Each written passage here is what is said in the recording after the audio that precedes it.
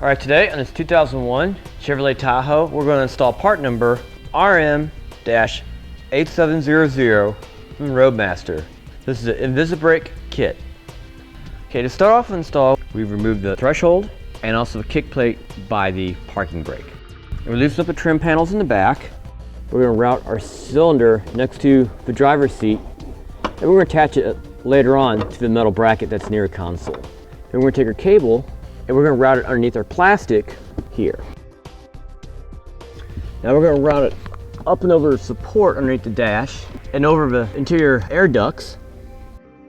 And we routed it down through here along for a pulley. Now we did take our pulley loose by these two pins here and took it apart to make it easier to thread through, and we just reassembled it.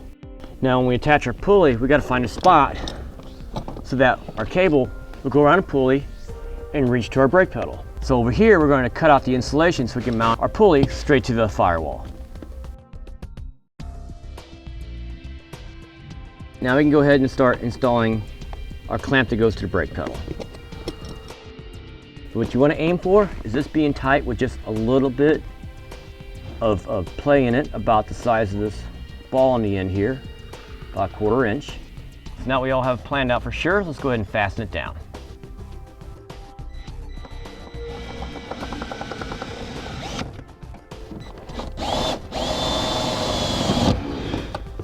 All right, now we'll go ahead and mount our cable to the firewall.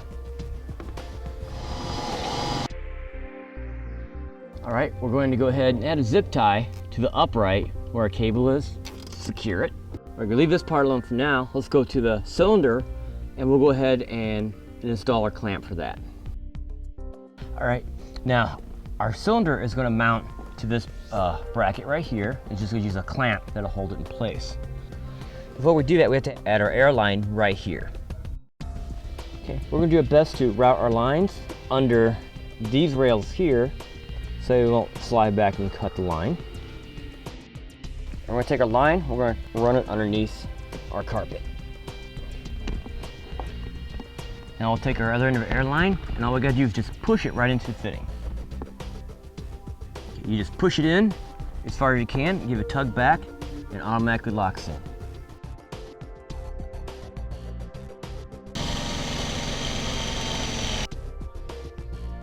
Okay, now let's go continue with our small line here.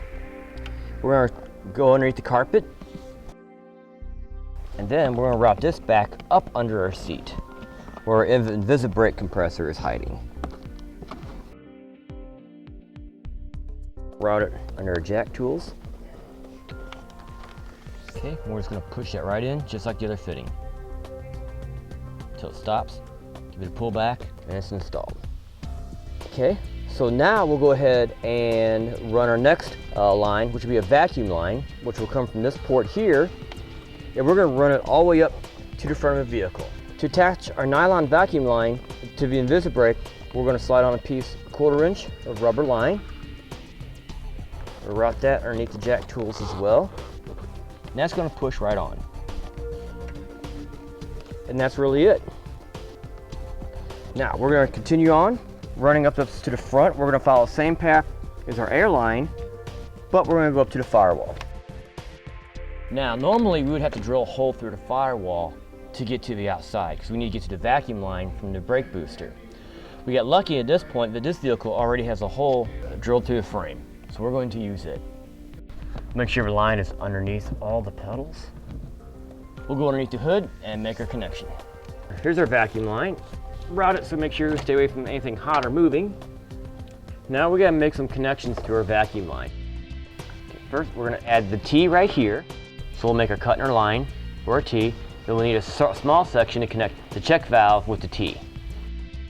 And when we install our check valve, we'll make sure the red is always going towards the engine.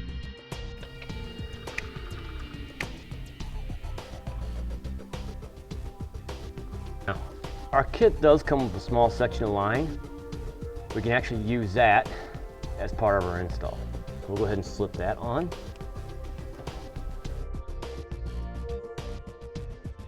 We'll take our other half of our line. We'll probably trim it up just a little bit as well and install it.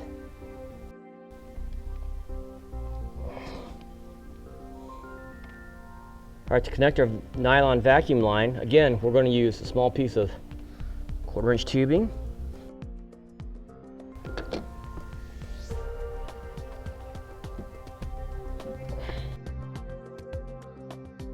Now, we're going to take our wires with the black and red and the black and white. We can go ahead and hook these up to the InvisiBrake.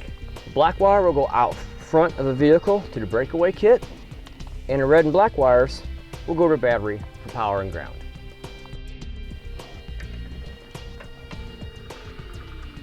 Basically, we're going to run our wires the same way we did with the vacuum line, but we'll go out a different point of the vehicle. This grommet for the parking brake, we're going to use that to go outside. So we'll just cut a slit in it and then run our cables through it.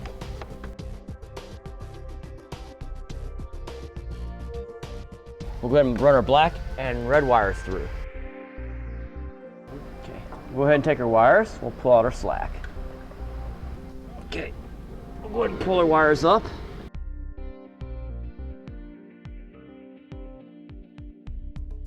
Now we'll take our red and black wire, we'll leave it by the battery, and then our black wire, the 2-pole end, we'll run that down to the bumper.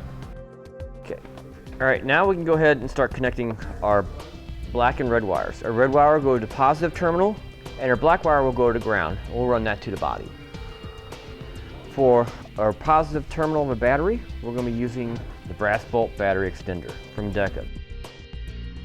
All right, this basically replaces the post that's in the battery. So basically we have to pry out this bolt as best we can, and we go ahead and replace it with this part. The big terminal will run to the positive side.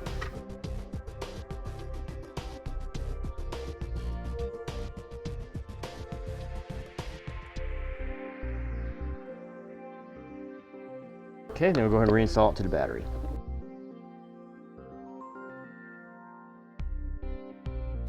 We'll trim up our wires and we'll go ahead and add our ring terminals.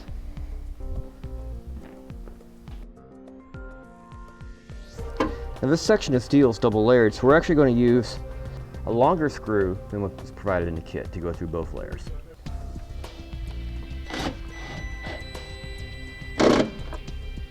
Before we add our red wire to our battery terminal, we'll strip the wire back, and we'll add 1/2 our fuse holder, and we crimp right here. We'll install our fuse, put the other half a harness on top of it, and it just pushes together.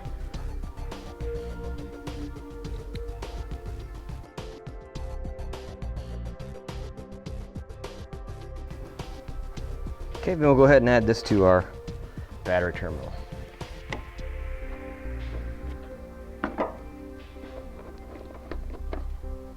We're going to go ahead and install our breakaway switch.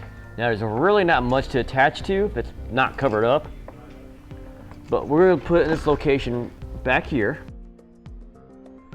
And there's a piece of metal that we can attach to that's going vertical. So we're going to take this part of a bracket and we're just going to put a 90-degree turn on it.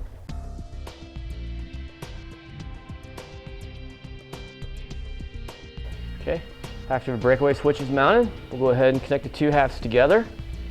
Then let's go zip tie our extra out of the way. Quick test by pulling out on the breakaway switch.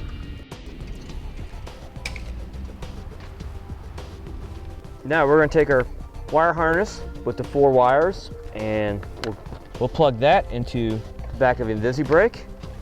And one more time we'll take these wires and follow the same route as our red and black wires did.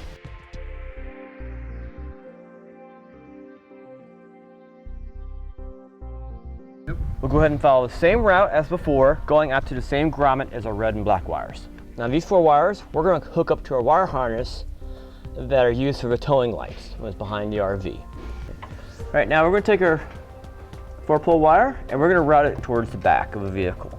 We're going to hook up with our aftermarket towing harness.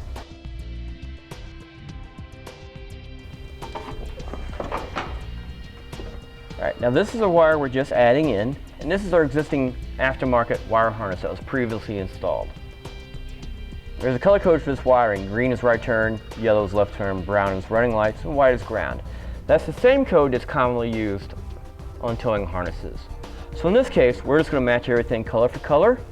We're going to use a butt connector to splice everything together, and then we'll go ahead and install everything back into the frame.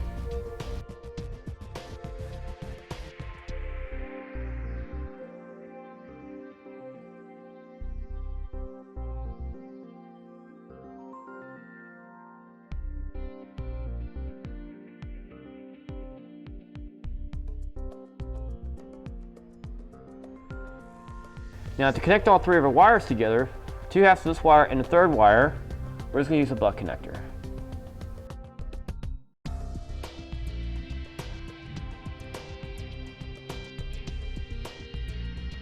Okay, got our ground done. Go ahead and repeat the same process for the remaining wires. Once we settle on a specific spot to mount our box, we'll go ahead and make a cut in the carpet so we can get down to some sheet metal below. We'll run some self-tapping screws to attach it to the floor. Now we have most of the components installed, and we can go ahead and reinstall the interior panels and carpeting in the back of a truck. We're just about done with our install for inside the vehicle. We need to add one more cable, and this is for the monitoring system that goes between the RV and the towed vehicle. The simple plug right here, we're going to push through the same grommet as we used for our breakaway switch, and we're going to follow the exact same route and come out down by the wiring connector at the front of the vehicle. Okay, we'll run our wire out by our 4-pole connector here. All right, this is the other end of the wire right here, and we're simply going to route this up towards the cold side of a brake switch. Because this truck has a combined wiring system, we need to install a brake light relay kit. Because both the RV monitor cable and the brake light relay are connected to the cold side of brake pedal switch, we can install them together. This relay is required on towed vehicles that have a 2-wire system when using a supplemental brake system. To install the kits, we got to find out which wire is the cold side of a brake switch. So that means when we hit our brake pedal, the wire will get hot. And when it's not, it'll be the cold side. Okay. We tested this first slot where this white wire goes into, so that'll be our cold side of our switch. All right, to protect the circuit that we're working on, we're going to remove the fuse.